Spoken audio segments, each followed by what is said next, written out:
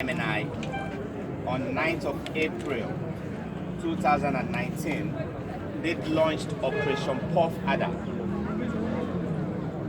a police special operation which is designed to take the battle to the criminals.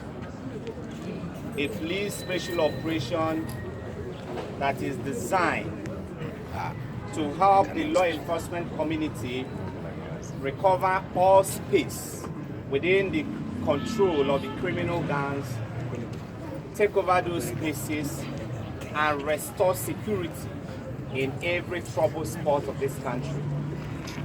And since the launch of that special operation, the force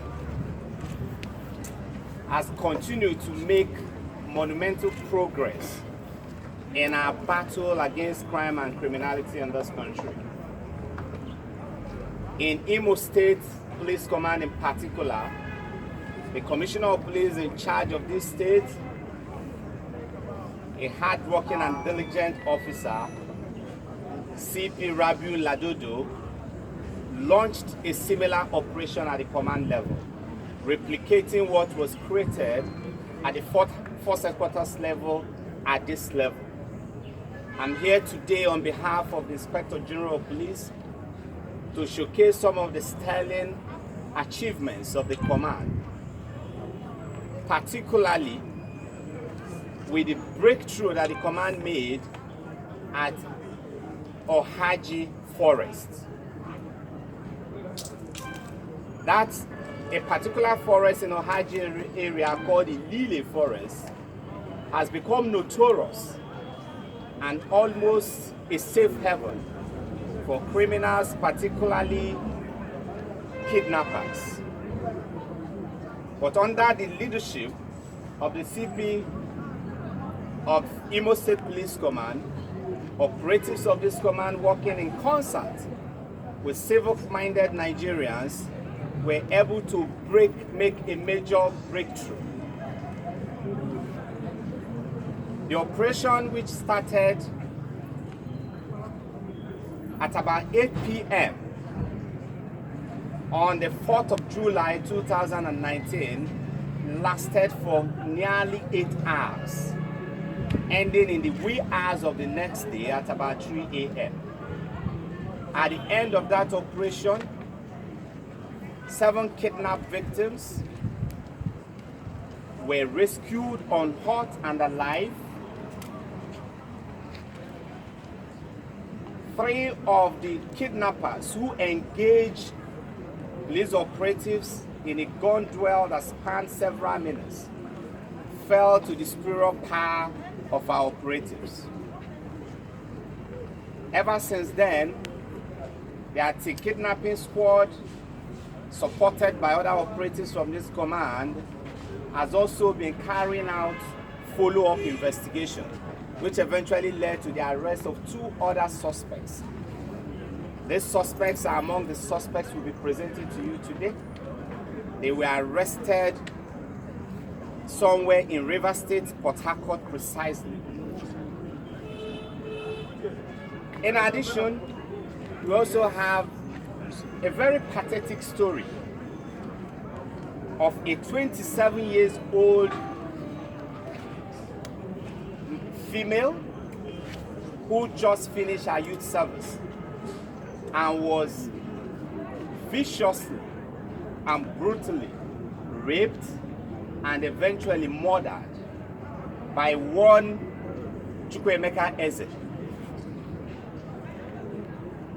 Not only did he rape the innocent young woman, at the end of that sexual assault,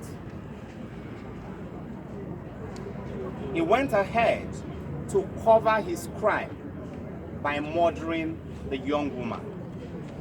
But like we've always told people, there are no perfect crimes anywhere in the world.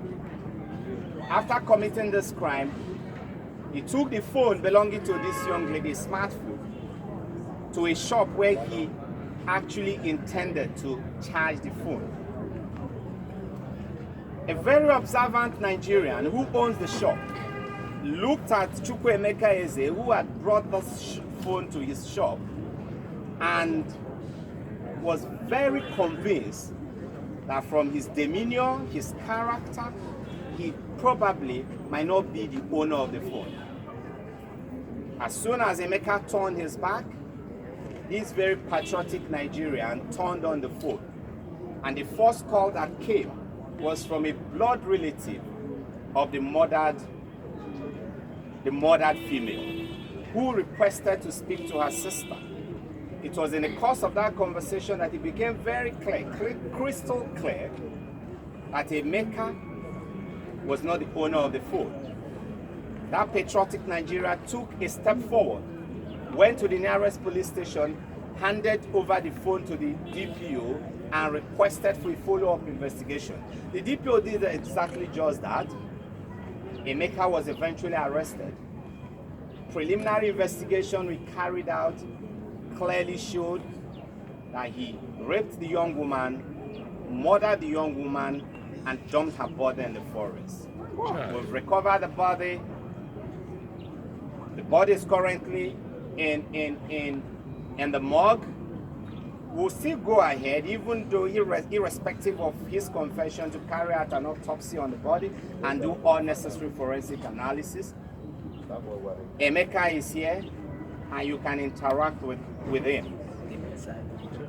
Another case here, which is a bit shocking to me, even as a cop who has seen all manners of crimes, is a situation where a biological son, a biological daughter, and a prospective son-in-law conspired in what looked like a triangular hatch to kidnap an 88-year-old man who clearly is the biological father of the two suspects and a prospective father-in-law to one of the conspirators. They kidnapped this man, Panjoko, took away one of his vehicles. But the timely intervention of operatives of Imo State Police Command again led to the rescue of the octogenarian, I guess. And today, these suspects are here for you to speak to. But comically, and equally unfortunately, the prospective son-in-law, in his interaction with police detectives, have equally told us that he intended to use the money from the kidnap to actually organize his wedding party. Wow. Sure. I mean, this is a case of robbing Peter to pay Paul. To pay Peter too. To pay Peter.